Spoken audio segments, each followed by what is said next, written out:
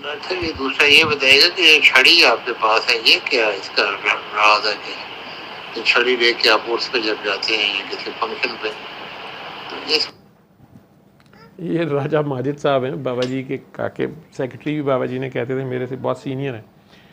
America से studies छोड़ के घर आ गए थे, लैंडलॉर्ड हैं वजीराबाद के करीब, बहुत ज़्यादा बड़े। तो माजिद भाई, छड़ी का राज सिर्फ इतना है, बात लंबी हो जाएगी। काकी अभी हाजी मकसूद दाद साहब का जिक्र कर रही थी। वो बाबा जी के साथ मैं तो मिला था दिसंबर 2002 में फर्स्ट टाइम। तो 2003 का मिड होगा या एग्जैक्टली मुझे याद नहीं है, लेकिन या एंड था 2003 का।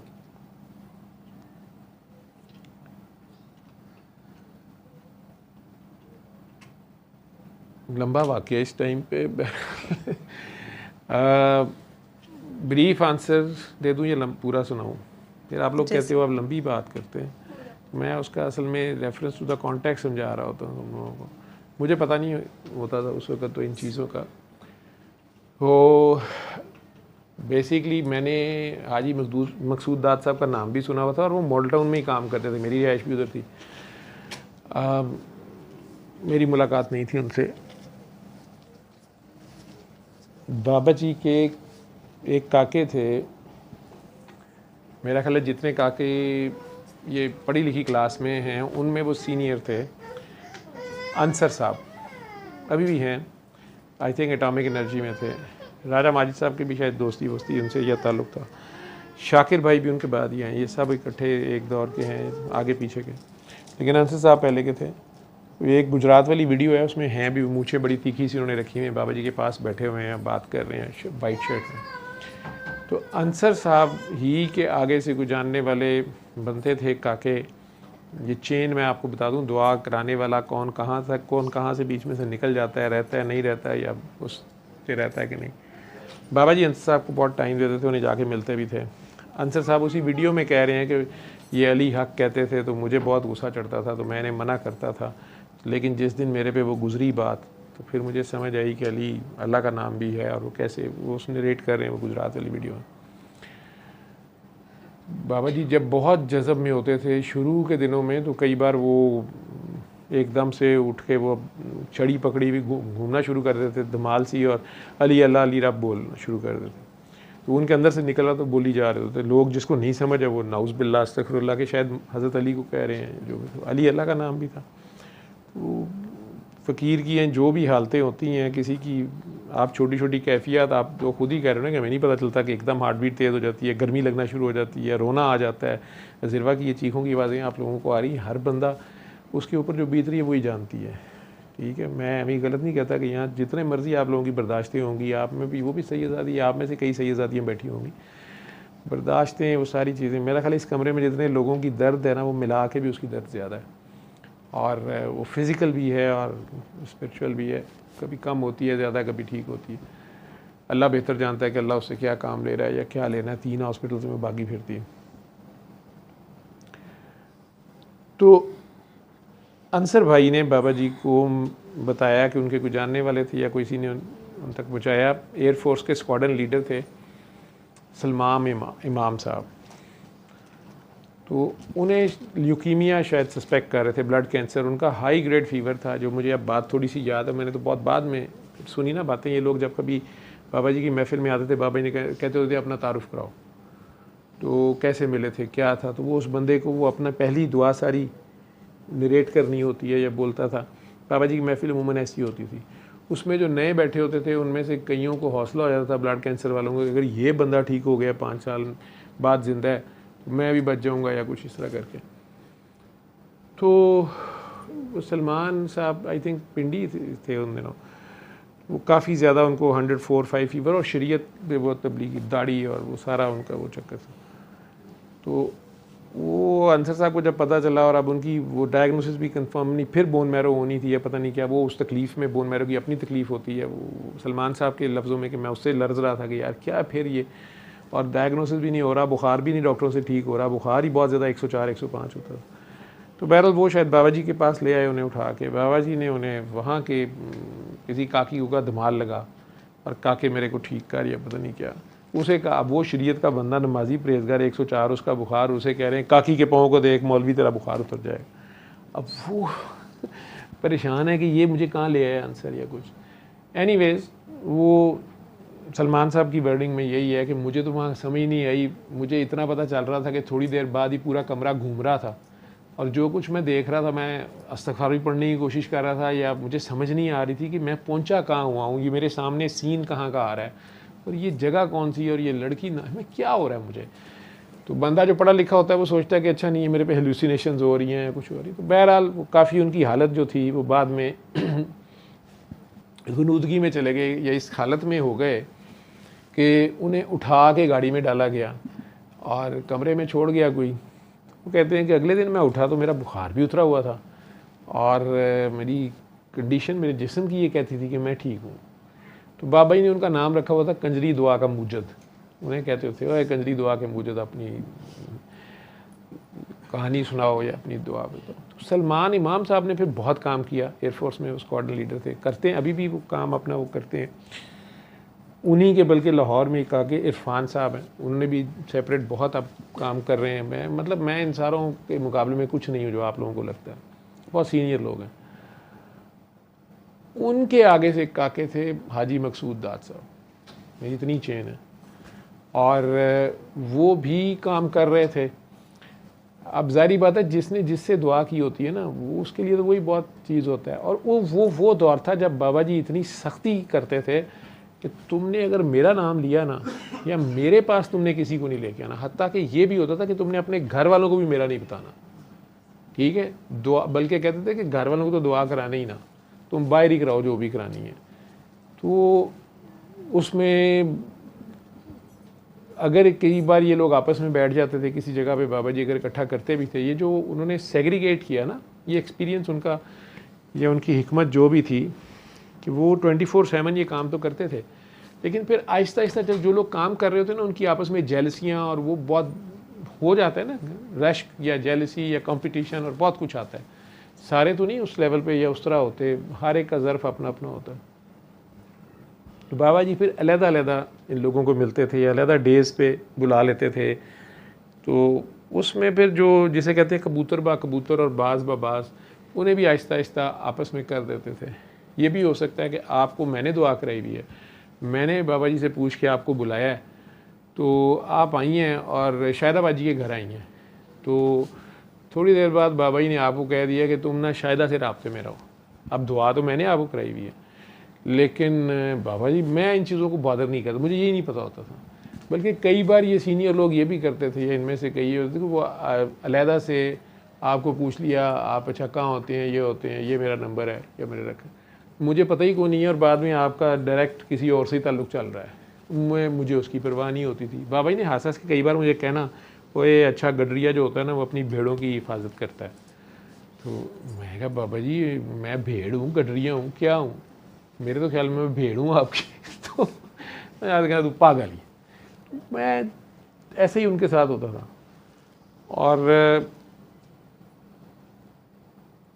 इन सब लोगों को मैं बड़ा मतलब यूं करके देखता था। जब भी बाबा जी मिलवाते थे, वो कई बार फिर ये पूछते भी होते थे, उन्हें मेरा पूछते होंगे शायद, लेकिन कई बार बाद में हमें पूछते थे कि हाँ भाई शाकिर भाई से पहली मुलाकात हुई तो उन्होंने पूछा हाँ भाई काका कैसा था मेरा, वो सैयद बाबा कैसे लगे, या सलमान साहब से मुलाकात हुई तो उनका पूछा। ये पूछ लेते थे बाद में मुख्तलिफ लोगों के बारे में, कभी कभार राय लेते थे। निगर चौधरी जी के पहली बार जब कहीं है, मैं बड़ा हैरान परेशान कि यार ये कौन सी दुआ है सूरह रहमान, तो ये कथक डांस क्या हो रहा है। ये सारा कुछ करते कराते एक दिन बाबा जी अचानक, रात का टाइम था, मैं कामरान और बाबा जी थे, शायद डॉक्टर अयूब थे कि नहीं मुझे याद नहीं, लेकिन हम तीनों थे।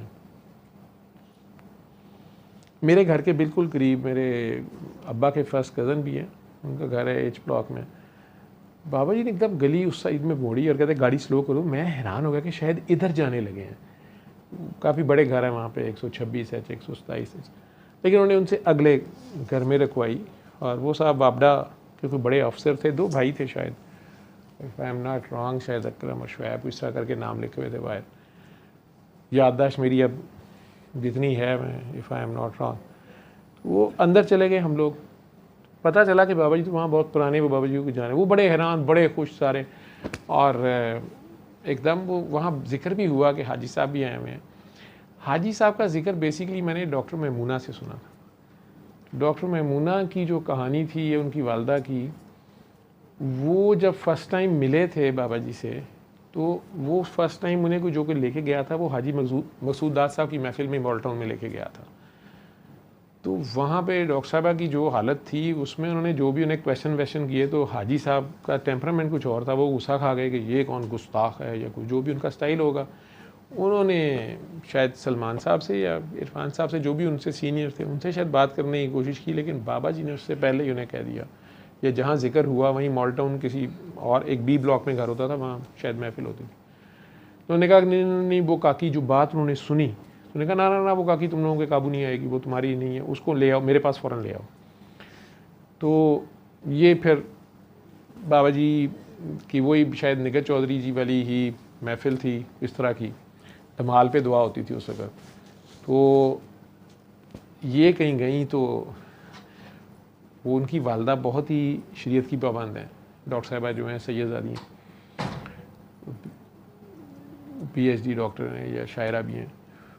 वो तो ये शायद बाबा जी प्यार से उन्हें डॉक्टर साहबा कहते थे, आई डोंट नो, लेकिन वो बहुत ही रख रखाव वाली है। लेकिन वो अपनी बेटी की जो उनकी हालत थी, डॉक्टर साहबा के फादर की सडन डेथ हुई थी, ये 2 बहनें ही हैं, ये उस वक्त मेडिकल कॉलेज में, तो ये किसी और ही फेज़ में होती थी। हर वक्त वो कहीं अल्लाह मियाँ से अपने अब्बा ही वापस मांगती थी, क्योंकि वो बिज़नेसमैन थे, वो बिज़नेस ट्रिप पे गए हुए थे दूसरे सिटी में, और अचानक इतला आती है कि वो उनकी डेथ हो गई। तो कई स्टोरीज़ थी कि नहीं, उन्हें पार्टनर ने शायद कर दिया है, मर्डर कर दिया है, या किसी और ने, करीबी रिलेटिव ने किसी ने कर दिया, जो भी था। तो ये एक अजीब से फेज़ में थी। अगर मैं छोटी कट कर दूँ, पता नहीं मुझे इजाज़त, मैं बोल गया हूँ। तो मेरे से मिलने से बहुत पहले मुझे इन्होंने मिलवाया बाबा जी से। तो ये इस सेंस में यूँ कह लो कि उनके मुंह से मैंने उनका जिक्र सुना था, लेकिन उसमें उन्होंने बताया कि मुझे तो पता नहीं, तो उनकी अम्मी ने बताया कि इसने तो उनके साथ ऐसे कर दिया, तो वो तो गुस्सा खा गए। फिर उन्होंने किसी और को बताया, तो बाबा जी उस वक्त कहीं बैठे थे कहीं, उन्होंने कहा नहीं उसको इधर ले आओ। ये वहाँ गई, वो एक अलग कहानी है, इन्होंने बाबा जी के साथ क्या किया। ये कुछ बोल रही थी, बाबा जी चाहते नहीं थी कि भरी महफिल में ये बोलें, तो ये बार बार उन्हें कहने की कोशिश कर रही थी कि मुझे फ़लाँ रेफरेंस से मैं आई हूँ, जो भी उनका वियन था। तो वो कहना चाह रही थी कि मुझे उन्हें तड़ी थी उनकी। तो वो आगे से बाबा जी वो उन्हें एकदम कही जाए कि तेरे तो बाल बड़े सोने हैं, बाल बहुत लंबे थे। उन्हें गुस्सा भी, उस हालत में भी गुस्सा चढ़ रहा है कि ये क्या ठरकी सा बाबा, ये मेरे बालों को देख रहा है, मुझे गलत जगह पे, शायद मैं गलत जगह आ गई हूँ। तो वो बाद में मुझे बता रही थी कि बाद में मैंने रियलाइज़ किया, जब मैं ज़रा कुछ होश में आई, मैंने समझा कि मैंने वो बात सबके सामने नहीं कहनी थी। बाबा जी को पता थी, लेकिन मैं उन्हें कहने की कोशिश कर रही थी कि मतलब मैंने बताने की कोशिश करी थी मुझे फ़लाँ ने भेजा या मेरी फ़लाँ वियन हुआ और मैं आपके पास आई हूँ। वो आगे से उन्हें भरी महफिल में वो बात करने नहीं देना चाह रहे थे, तो वो उन्हें कुछ और बातें कर रहे। लेकिन इन सब को ये लगा कि ये बहुत ही बदतमीज़ का की है, तो सारे उनसे बहुत ऑफेंड होते थे कि ये बदतमीज़ है, जब आ जाती है तो ये बाबा जी इसी के चक्कर में हो जाते हैं और इसी को डील करते हैं, ये आइसोलेट हो जाते हैं, या मतलब वो किसी और को बात ही नहीं करने देती थी। ये कब्ज़ा ग्रुप था एक किस्म का, बकौल बाबा जी। अब ये बहुत बेहतर हालत में मुझे मिली थी और आगे से मुझे बाबा जी से मिलवाने वाली थी। उसमें मैंने एक आध बार उनका नाम सुना, हाजी साहब का। अब वहाँ जाके मुझे पता चला कि वो हाजी साहब उस घर में ही रहते थे, वो उन लोगों के साथ उनका बड़ा प्यार था। ख़ुद वो मतलब उन्हें अपना घर भी छोड़ दिया हुआ था, बच्चे शायद थे नहीं, बेगम फौत हो गई थी, वो इसी तरह रहते 24/7 यही काम कर रहे होते थे। बाबा जी को शायद कोई ऐसी कोई शिकायत मिली थी या क्या था, मुझे नहीं पता, मेरे पता ही कुछ नहीं ना। मैं कामरान और बाबा जी और कोई एक चौथा बंदा था, गाड़ी थी, खैर। और हमारा घर बिल्कुल साथ था, तो हम अपने घर अपनी तरफ से जा रहे थे कि बाबा जी हमारे घर ही जा रहे हैं। अब अचानक वहाँ रुक गए। वहाँ 8-10 लोग थे, घर वाले भी काफ़ी थे, वो सब इकट्ठे हो गए, बड़े खुश। एक बेटे उनकी की शादी ताज़ा ताज़ा हुई भी थी और वो बहू की और उसकी कोई अंडरस्टैंडिंग नहीं हो रही थी, उसमें वो शायद वरीड थे, वो भी मैंने थोड़ा सा मुझे अंदाज़ा हुआ। उतनी देर में हाजी साहब चलते आए। मैंने एज ए डॉक्टर नोट किया कि इनकी एक टांग जो है उस पर पैरालिसिस का अटैक है और इन्हें पता नहीं चल रहा कि उनका पाँव का ठोकर लगी टेबल को, जिस तरह राइट हेमीप्रेसिस के साथ वो पाँव फुट ड्रॉप था, उसे ड्रैग कर रहे थे। तो मैंने अंदाज़ा लगाया कि अच्छा ये इन्हें शायद है मसला। वो आके बैठ गए बाबा जी के पास, जगह कम हो गई सोफे। तो मेरी आदत है, मैं देखा कि ज़्यादा लोग हैं, घर वाले भी उनके थे, और अचानक एक शेख साहब थे, चेहरे पे उनके मुझे याद है फुलबेरी के निशान से थे वो, और उनके घर की ख़वातीन, मत कुछ 8-10 लोग अचानक जब उन्हें यानी वहाँ से बताया गया कि बाबा जी आए हैं, वो भी कहीं बी ब्लॉक में ही रहते थे, वो आ गए। और मुझे पता ये लगा कि शायद वो लोग कहीं बाबा जी से पहले ऑफेंड हुए थे या मिसअंडरस्टैंडिंग हुई, फिर वो बहुत ज़्यादा कोई मुसीबत में फंसे हुए थे। अब वो इन्हें कहते थे कि उन्हें बुलाएं या बाबा जी से मिलवा दें। तो बाबा जी अचानक वहाँ जाके चले गए। अब जब वो ज़्यादा लोग हुए तो मैं एकदम सोफे पे बैठा, तो मैं उठ के तो मैं बाबा जी के पाँव में बैठ गया, मैं भी और कामरान भी के, चलो ख़वातीन थी और वो बुज़ुर्ग थे तो ये बैठ जाएं। उस पे मुझे याद पड़ता है कि वो बाबा जी ने एकदम से थोड़ी देर उनसे बात की, तो एकदम कहते, ओ डॉक्टर बाबा तुम किधर नीचे बैठे हो? नहीं, इधर बैठो। खुद उठ गए और अपने सोफे इस सब मुझे बिठा के तो कहते हैं कि बाबा जा रहा है ज़रा, कोई फ़ोन आया था, तुम इधर बैठो और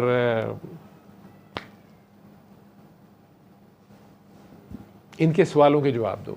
वो शेख साहब, उनके साथ जो बच्चियां थीं, वो काफ़ी पढ़े लिखे लोग थे, अच्छी फैमिली थी, वो क्वेश्चंस थे उनके या कुछ, तो कहते इन्हें जवाब दो। तो जब तक ये कहें ना तुमने यहाँ से उठना नहीं, तुम्हें इजाज़त नहीं, इस तरह करके, तो इनके सवालों के जवाब दे के तुमने उठना है। अब मैं कहा जी अच्छा। अब बाबा जी चले गए, मैं और कम ही रह गए। उन्होंने पहले तो वो लोग सारे चुप कर गए और मैंने देखा हाजी साहब जो थे वो थोड़े से शायद उन्हें अच्छा नहीं लगा या वो खामोश हो गए, क्योंकि वो सारे उन्हीं के गिर्द थे। अभी यहाँ एक और काकी जी भी आती हैं, आयशा जी, ये उनके बड़ी करीब थी, नात पढ़ती थी और सारा, ये मुझे याद है ये बैठी हुई थी, उन्होंने नात सुनाई भी एक। तो बाबा जी ने कहा कि अल्लाह से दर्द की दौलत मांग, जब तक दर्द नहीं आएगा। मुझे कोई वो भी नहीं समझ आई कि क्या उन्हें कह रहे हैं। खैर उन्होंने नात सुनाई थी। अब बाबा जी चले गए। वो शेख साहब जो थे, उनके बच्चों में से, ख़वातीन में से किसी ने, एक आदमी कोई सवाल किया, मैंने पता नहीं क्या जवाब दिया, जो भी उनकी सवालात थे। लेकिन शेख साहब ने एक सवाल इस तरह कर दिया कि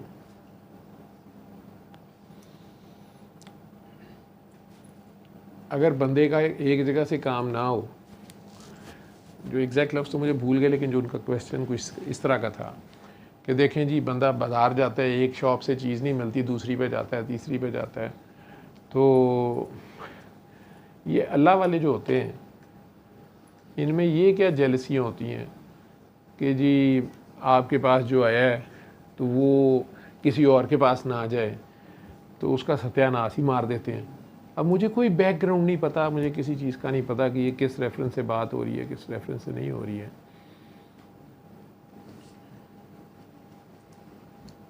मैं उनकी बात सुन रहा हूँ, तो मुझे कहते हैं कि ये जो अल्लाह वाले हैं, ये कौन सा अल्लाह वाला हुआ, ये क्या अल्लाह वाली बात है कि चलो एक बंदा है, गरजमंद है, दीवाना है, परेशान है, हाल है, उसको जो भी उसकी ज़रूरत है या उसकी वो अगर चला ही गया है कहीं, तो उसका पकड़ के जुलूस निकाल देना, जनाजा निकाल देना, ये क्या, इस तरह करके वो बड़े तरह से बोले। मुझे कोई बैकग्राउंड नहीं पता।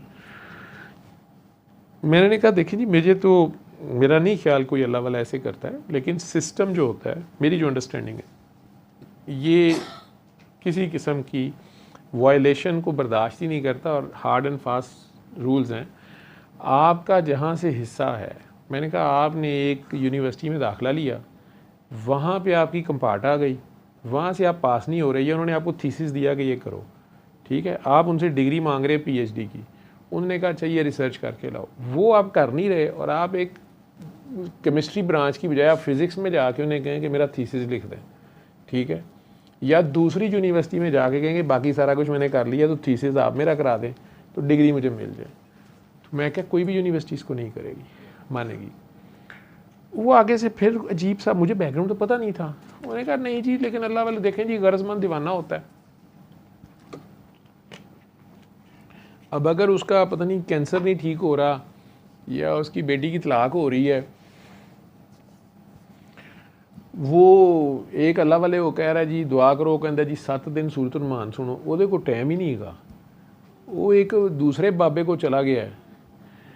तो उसने उसको कहा है कि तू बस कब्रिस्तान में सारी रात खड़ा रह के ये कर ले वो कर दे तो ये काम रुक जाएगा। तो उसमें वो मैंने हंस के कह दिया उसे, मैं कहा और वो काम रुक गया? कहता हाँ जी। तो मैं कहा लेकिन उसके बाद काम तो रुक गया, लेकिन वो जो एक टांग पे खड़ा हो गया जिसने कब्रिस्तान में चिल्ला काटा था, उसकी बाद में टांग काटनी पड़ गई। कहता है कुछ इंज दी काम होया है। तो मैं कह जी वो जिसने चिल्ला कटवाया उसने टांग कटवाई होगी, वो पहले वाले बाबे को क्यों आप कसूरवार कह रहे हैं? कि नहीं जी नहीं वो उसने गुस्सा खा लिया होगा। तो ऐसे इस तरह के क्वेश्चंस थे उन्हें। अब मैं खुल के बात भी नहीं कर रहे थे और ये सवाल कर रहे थे। मैंने उन्हें ना, क्योंकि ताज़ा मेरी बाबा जी ने मुलाकात हुई, शाकिर भाई का एक वाक़या मैंने सुनाया भी था, वही इंट्रोडक्शन था उनसे। तो जब वो पहली बार आए तो बाबा जी ने कहा कि अपना तारुफ कराओ, और वो हार्ले स्ट्रीट वाले, वो फ़कीर हैं थे, बाबा हार्ले स्ट्रीट उन्हें कहते थे, उनका नाम ही हुसैन था उनका नाम। तो इस्लामाबाद में थे, मेरा ख्याल है 90+ उनकी एज थी और खामोश लेटे रहते थे। माजिद भाई ने उन्हें कहीं शाकिर भाई को भी मिलवाया, या ये लोग इकट्ठे फिरते फिरते रहते थे। तो माजिद भाई ही ने मुझे भी बाद में बताया कि यहाँ हम जाते होते थे, बाबा जी मोहम्मद हुसैन उनका नाम था, फिर बाबा जी भी मिले उनसे, फिर इकट्ठी इनकी सिटिंग्स भी हुई। एक आध वीडियो में आपने देखा होगा, आई थिंक बरी इमाम सरकार का उर्स है या कहीं, तो इकट्ठे भी हैं ये लोग। उनका अपना एक स्टाइल था। तो वो शाकिर भाई को जब बाबा ने कहा ना, तो शाकिर भाई ने वो वाक़या सुनाया कि उनका कोई लास्ट टाइम जब चल रहा था बाबा हार्ले स्ट्रीट का, तो मुझे भी पता चला, उन्होंने अपने मुरीदैन को बुलाया तो मैं भी चला गया। तो शाकिर भाई ने हम सबको सुनाया कि वो अपने मुरीदों को मुख्तलिफ की कोई ड्यूटियाँ लगा रहे थे या कुछ बांट रहे थे उन्हें, जो भी उनका होगा। उसमें शाकिर भाई भी खड़े थे, सैयद बादशाह थे। तो उन्होंने इनका हाथ चूमा शायद, और उन्होंने कहा कि शाकिर असां भी फ़कीर हाँ, लेकिन बुखारी बहुत वड्डा फ़कीर है। असां भी आशिक हाँ, लेकिन बुखारी बहुत वड्डा आशिक है। ਉਹਦੇ ਕੋਲ एक लिस्ट आई। बाबा जी ये भी उन्हें कहते थे कि उसी लहजे में सुनाओ, तो ये फिर सुनाते थे उसी में। ਉਹਦੇ ਕੋਲ एक लिस्ट आई, तो ध्यान करी या कोशिश करी ਉਹਦੇ ਚੋਂ ना कटीच जाए, तो तेरा हिस्सा उत्थे है। ठीक है, उन्होंने पोलाइटली अंदाज में उन्हें बताया। जिस तरह बाबा जी मुझे कहते थे कि यार जो अच्छा गडरिया होता है ना, वो अपनी भेड़ों का भी हिफाजत करता है और वो माफ़ी नहीं देता। तो उन्होंने शायद ने कहा कि भैया आपका हिस्सा उधर है, या गॉड नोज, लेकिन बाकी सब सुनने वालों को भी ये मैसेज जाता था। अब मैंने वहाँ पे बी ब्लॉक में उसमें एच ब्लॉक में बैठे हुए ये वाक़या सुनाते हुए मेरे लफ्ज़ ये बोल दिए कि बाबा जी के एक बहुत प्यारे काके हैं, बल्कि मैंने बाबा जी को उन्हें बहुत प्यार करते देखा है, सैयद उन्हें वो कहते हैं, तो सैयद शाकिर उज़ैर PTV के। तो मैं इसी तरह का, मैं क्या यूँ समझे, बल्कि इस्लामाबाद में मेरा ख्याल है कि बाबा जी उनके साथ ही ज़्यादातर गश्त करते हैं। इस तरह मैंने शाकिर भाई की तारीफ़ में, जो मैं नया मिला था, मैना से मुझे उनका इंट्रोडक्शन था, मैंने वो बोल के ना तो ये वाक़या नरेट किया। ये वाक़या नरेट करने के बाद इसकी जो डिस्क्रिप्शन या जो अंडरस्टैंडिंग थी, उन साहब को जवाब देते हुए मैंने उन्हें कहा कि देखें वो फ़कीर भी बड़ी वज़े वाले थे कि उन्होंने बड़े पोलाइटली शाकिर भाई को भी और अपने इर्द गिर्द वालों को भी ये बात समझाई और उन्हें बताया कि ये रूल्स वायलेट करने की गुंजाइश नहीं होती और ये ख्याल भी ख़तरनाक होता है। ठीक है, तो मैं ऐसे ही अपने फ़्लो में बात करते हुए मैंने फिर शाकिर भाई को तारीफ़ कर दी है, यही कहा कहीं कि वो बाबा जी के बड़े मेन काके हैं, या ऐसी कोई बात की होगी 2003 में। तो वो एकदम हाजी मकसूद दाद साहब जो नीचे लेटे हुए थे, गाँव तकिया लगा के, वो काकियाँ उनकी बैठी हुई थी, उन्होंने एकदम जो है ना गुस्से से कहा कि वो इनू कख दा नहीं पता, ये पागल जा बोली जा रहा है, इनू खे दा नहीं पता हैगा। तो तो अब वो एकदम पिन ड्रॉप साइलेंस हो गई कि बाबा जी वहाँ से उठ के कह के गए हैं कि ये आप लोगों के सवालों के जवाब देगा, और कुर्सी पे बिठा गए हैं। और जो उस घर में ज़ाहिरी बात है वो साहब बड़ी देर से रहते भी थे और सिलसिला चला रहे थे, वो अचानक ही उन्होंने ये बात काट दी मेरी। तो मेरी आदत भी नहीं है बहस करने की। मैं हैरान हूँ कि उन्हें देखना शुरू किया मैंने क्या बात गलत की है। तो वो कहते हैं कख पता नहीं केड़ा शाकर, बाबा जी का असल गद्दी नशीन, ये 2003 की बात है। तो बाबा जी का असल नायब है सलमान इमाम साहब। तो इसको क्या पता है वो, ठीक है। अब जब ये बात हुई तो मैंने यूँ कामरान को देखा, कामरान ने मुझे देखा, तो उन्होंने बोलना शुरू कर दिया कि वो सलमान इमाम साहब जो हैं, वो जो फ़लाँ महफ़िल में जब आप लोग आए थे, वो नयरा नूर जो आई थी वो भी उनकी काकी है, और वो जो निगत चौधरी आई है वो भी फ़लाँ से ऐसे है। वो ऐसे बात कर रहे थे। और बड़े गुस्से में मुझे उन्होंने कहा कि जिस बात का पता नहीं हो वो बोलते नहीं है, कुछ इस तरह करके वो बोले। मेरा उनका तारुफ ही नहीं था, और जो बात वो कर रहे थे मैं तो वो बात कर ही नहीं रहा था। मैं उन साहब की बात का जवाब सिर्फ दे रहा था एग्जाम्पल से। अब कामरान ने अचानक खड़े होकर मुझे कहा कि he is very quick in these things. उसने मुझे कहा जी इजाज़त लें। तो वो जो शेख साहब थे जिनके चेहरे पे बर्स के दाग थे, वो भी हंस के कहते हैं कि वैसे तो बाबा जी ने कहा था कि जब तक हम इजाज़त नहीं देंगे, तो वैसे अब तो फ़ायदा कोई नहीं है, तुसी तो आपस ही लड़ पे हो। इस तरह करके उन्होंने बात की। हालांकि लड़ाई वाली तो बात नहीं थी। तो उन्होंने कहा कि मुझे आपके जवाब की समझ तो आ गई है, तो लेकिन मेरा ख्याल है कि ठीक है आप जाएं। हम दोनों आ गए। रास्ते में कामरान ने मुझे कहा कि इन साहब को बोलना नहीं चाहिए था। तो बाबा जी जब कह के गए थे, लेकिन लगता है कि कोई पर्सनल है उन्हें। मैं ऐसे कहा, मैं यार ठीक है, शायद हमारी ट्रेनिंग थी, बाबा जी हमें ही कुछ सिखा रहे थे। तो हमारा घर साथ ही था, हम तो चले गए। 2-3 दिन गुजरे और मुझे याद है बड़ी अच्छी तरह कि इसी तरह यही मौसम थे, यही दिन थे सावन के। बड़ी शदीद बारिश हो रही थी, तो बाबा जी का फ़ोन आ गया कि ज़मान पाक पहुँचो, शहदाबादी के घर। हम लोग चले गए उधर गए तो सलमान इमाम भाई जो थे वो यूजली लाहौर आए तो उन्हीं के घर स्टे करते थे। ऊपर वाला पूरा पोर्शन उनके पास होता था, या वहीं दुआएं शुआएं करा रहे होते थे, मुझे कुछ पता नहीं। अब हम गए तो बाबा जी ड्राइंग रूम में बैठे थे। शहदाबादी के घर, अगर कभी आप में से जो लोग गए उन्हें पता है, शुरू में ही लेफ़्ट साइड पे ड्राइंग रूम है, वहाँ बैठ गए। बाबा जी भी थे। थोड़ी देर 1-2 बातें हुई, थोड़े से लोग थे हम। तो बाबा जी एकदम मुझे कहते हैं कि काका बाबा उस दिन मॉडल टाउन में कोई बात हुई थी। अब मैंने इसी तरह मैं कहा जी बाबा जी, जो उन्होंने पूछा था मैंने बता दिया था। बाबा जी थोड़ी देर इस तरह करके वो चढ़ी कहते हैं नहीं,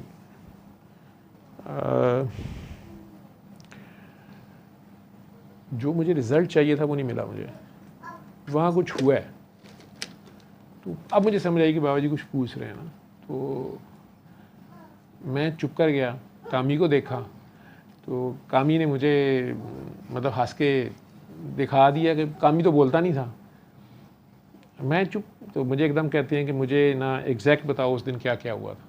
मुझे नहीं पता बाबा जी, कुछ पता है नहीं पता क्या है। मैंने उन्हें बताना शुरू कर दिया कि शेख साहब ने पहले ये सवाल किया था, फिर ये किया था, उसके बाद ये तीसरा सवाल था, उसमें इस तरह बोल रहे थे और मैंने ये बात कही थी। तो उसमें वो हाजी मकसूद दाद साहब जो हैं वो ऐसे ये उन्होंने कहा था। बाबा जी को जलाल में मैंने कम ही देखा, चेहरा उनका रेड हो गया। तो उतनी देर में मुझे याद है कि इरफान साहब जो सलमान इमाम साहब से के साथ काम करते थे या उनके नेक्स्ट थे, वो एंटर ही हुए हैं। बाबा जी उन्हें कड़क के कहते, वो भी बहुत फेयर स्किन थे तो वो भी रेड हो जाते थे। उन्हें कहते वो कहाँ है सलमान? भाई बाबा जी ऊपर हैं, बुलाओ उसको नीचे, उसे कहो हाजी को भी बुलाए। अब मैं कोई इतना, मैं कहूँ यार ये क्या है, किधर फंस गए हम, मतलब पता नहीं अब ये क्या है, किस सिचुएशन में हम फंसे हुए हैं। अच्छा थोड़ी देर बाद सलमान भाई आ गए नीचे। बाबा जी वो बारिश हो रही है, तो वो कह रहे मेरे पास तो वेस्पा है, और उनसे कहते उसको को पैदल आए, वेस्पे पे आए, जहाज़ पे आए, अभी आए। अच्छा, किसी को समझ नहीं आई क्या हुआ क्या नहीं। वो सारे एक दूसरे का इशारे वारे कर रहे, तो कोई पता नहीं कि बाबा जी स्टोन में कम ही होते थे। खैर थोड़ी देर बाद कुछ अर्सा, थोड़ा टाइम गुजरा, कुछ और बातें होती रहीं। अचानक वो हाजी साहब आए। हाजी साहब आए और आके वो बैठने लगे। तो बाबा जी, वो कामी को याद होंगे मैं वो अल्फाज, अब तो पर्दा फरमा गए। बाबा जी ने बड़ी सख्त अल्फाज में कहा कि तुम सब लोगों को एक चीज़ मैं वाजे कर दूं, मैंने सबको बराबर दिया। और वो सलमान भाई बैठे हुए थे कि तुम में से कोई मेरे दिए लुकमे में से खा रहा है, मेरी रोटी में से मैंने उसे एक लुकमा दे दिया, और कुछ पीछे से अपनी रोटी लेके आए हैं, छोटी है या बड़ी है, कुछ 1000 वाट के बल्ब तो कोई 0 वाट का बल्ब है। करंट सब में सेम जाती है, बिजली सब में सेम जाती है, लेकिन जहाँ 1000 वाट के बल्ब की ज़रूरत होती है वहाँ 0 किसी काम का नहीं होता। और जहाँ 0 का काम है हुजला रूसी में या वेडिंग नाइट पे, तो वहाँ 1000 वाट का कौन लगाएगा, 0 वाट के ही लगाते हैं। तो अपनी अपनी जगह पे रहा करो, अपनी अपनी हदों में रहा करो, एक दूसरे के मुकाम डिसाइड करने की कोशिश ना किया करो। अब वो हाजी साहब जो थे ना, उन्होंने थोड़ा सा परेशान होके मुझे भी घूरा। उन्होंने इतना कहा कि बाबा जी वो उन्होंने मुझे, मतलब उन्हें लग गया कि शायद मैंने कोई शिकायत लगाई है कुछ। उन्होंने कहा कि बाबा जी इसने आपको क्या बताया। तो बाबा जी ने इसी तरह गुस्से से कहा कि मैंने कोई अदालत नहीं यहाँ लगाई हुई, जब मैं उसको अपनी सीट पे वहाँ बैठा के गया था वो नहीं बोल रहा था, मैं बोल रहा था। मुझे नहीं पता कि अब ये क्या हो रहा है, क्या नहीं हो रहा, क्यों हो रहा है। ठीक है, तो सलमान साहब वो कहते हैं कि इन सब को पटा डालो। वो भी चुप। अब थोड़ी देर गुजरी तो पिन ड्रॉप सी साइलेंस थी, कोई समझ ही नहीं आ रही थी। एकदम कहते हैं सलमान साहब, वो कहते हैं तुम्हें वो मैंने एक काम कहा था, वो छड़ियाँ नहीं लाए तुम। मैं क्या ले भी छड़ियाँ पहन क्योंकि बाबा जी का ये रूप बिल्कुल डिफरेंट था, ये इस तरह कभी बात होती ही नहीं थी, ना किसी ने कभी की थी। तो मुझे तो कोई पता नहीं, मैं क्या ले भी ये पता नहीं अब क्या होगा।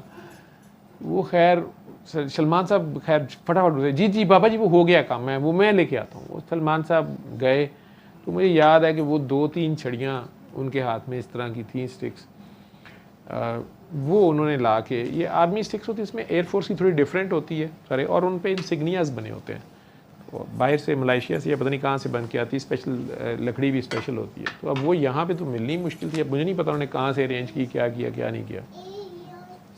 वो 2-3 थी, उनके शेड्स डिफरेंट, थोड़े से साइजेस डिफरेंट, तो उन्हें ला के तो बाबा जी को पकड़ा दी। बाबा जी ने उनमें उन्हें देखा, पहले एक को देखा ऐसे करके, दूसरी को देखा, तो तीसरी को ऐसे देख के उनमें से एक पकड़ी, तो एकदम मुझे कहते हैं कि डॉक्टर बाबा ये पकड़ो।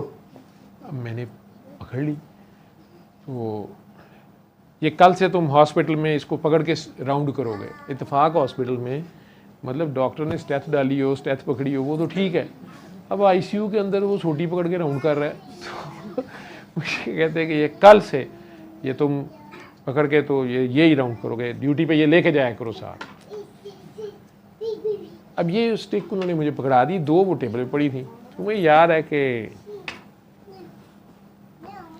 तो सलमान भाई ने कहते बाबा जी इनका क्या करना है, तो कह रहे जो मर्जी करो, जाओ जो मर्जी करो इनको, जो बस जो मुझे पसंद थी मैंने ले ली है। उन्होंने पता नहीं क्या किया उनका, क्या नहीं। वो स्टिक जो है वो मेरे पास है, मैं अब वो लेके चले जाना हॉस्पिटल। हॉस्पिटल में, इत्तेफाक हॉस्पिटल के उस वक्त MS थे, कर्नल रफ़ीक, ज़ाहिर बात आर्मी के थे, और थी वो जैनल्स वाली स्टिक। तो शायद उन्हें बेचारों को, उन्होंने पहले दिन या दूसरे दिन ही मुझे कह दिया कि यार ये तुमने क्यों स्टिक पकड़ी होती है। अब मुझे समझ ना आई मैं क्या इसका जवाब दूँ।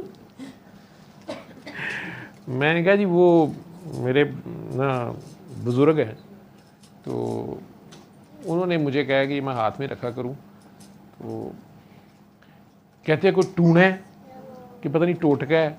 मैं कहा यार कौन इनसे बहस करे ना। मैं कहा जी मुझे आधे सर की दर्द बहुत होती है, तो उन्होंने कहा था स्टिक हाथ में रखा, लकड़ी हाथ में रखा करो, वो ना मुझे इससे बड़ा फ़र्क है।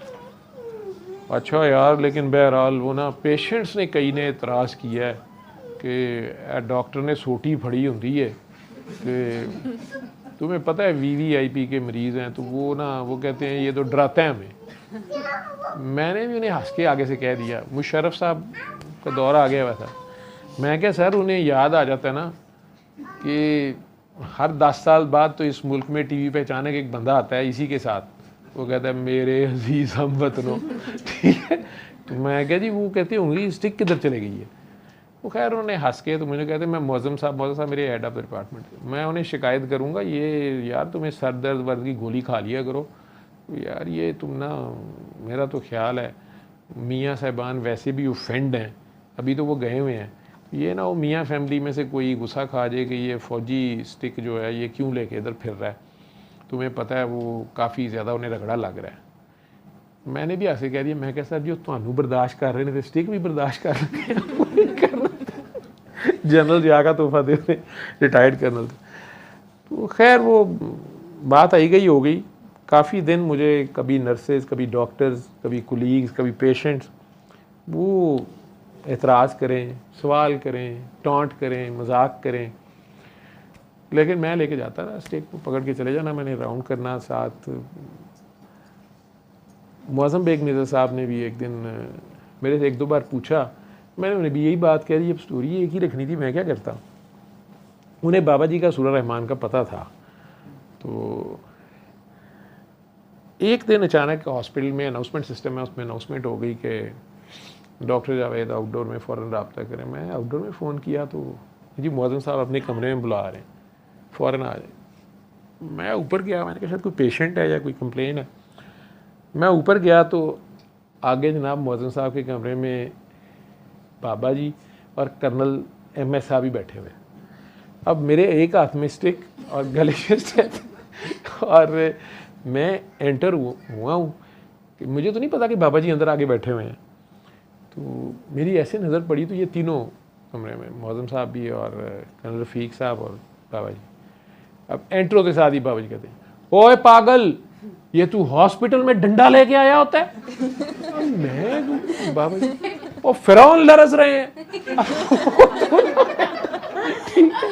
वो शरीफ आदमी है, तूने इन्हें फिरौन समझा हुआ है। वो माड़ा सा कर्नल बेचारा, वो ये जर्नैलों का डंडा है, तूने किसको देना है।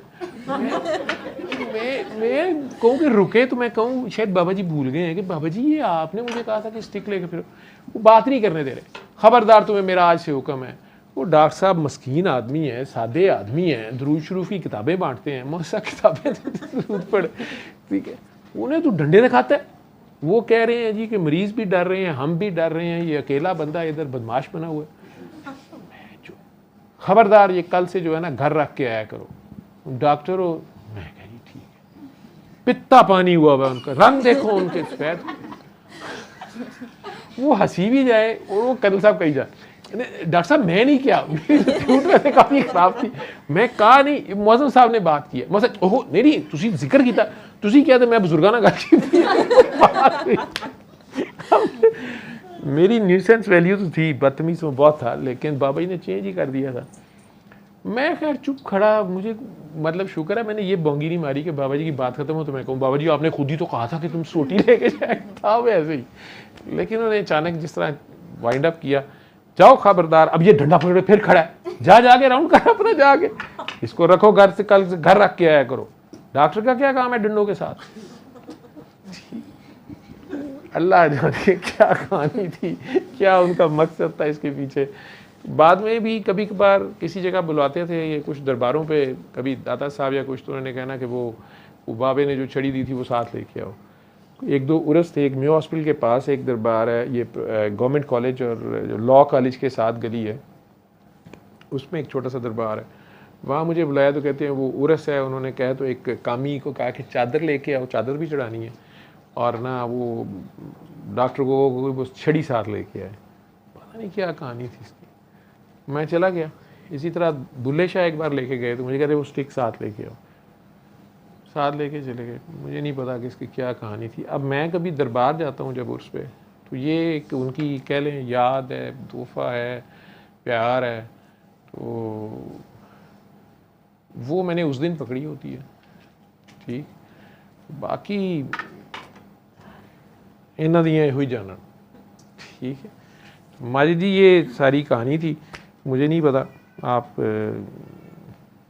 पूछ रहे थे, मैंने कहा आपको मैं बता दूं आपको भी, और जो आप लोगों को बैकग्राउंड बताना था। मैं ख्याल आज के लिए इतना ही काफ़ी देर हो गई है। अल्लाह आप सबका हामी व नासिर हो, एक दूसरे के लिए दुआ करते और करवाते रहा करें। मखलूक खुदा जो है उससे बेगरज़ प्यार की कोशिश करें। बेगरज़ प्यार से बड़ी कोई ताकत नहीं, मैं आपको बता दूँ। बेगर्ज़ी और बेलौसी से जो भी मखलूक खुदा की खिदमत कर सकते हैं, जो मौका मिले आपको नेकी का, वो हाथ से जाने ना दिया करें। यही सारी रूहानियत है, यही इंसानियत है, और यही रहमानियत की तर्जुमानी है। अल्लाह आप सब का हामी व नासिर हो। मेरे मुल्क का, मेरे मुल्क की में बसने वाले एक एक इंसान का अल्लाह ताला उस पर करम करे, फजल करे, रहम करे, बरकत करे। बस सलाम। लो जी। सल्ले अला सल्ले अला सल्ले अला सल्ले अला सल्ले अला शफीना सल्ले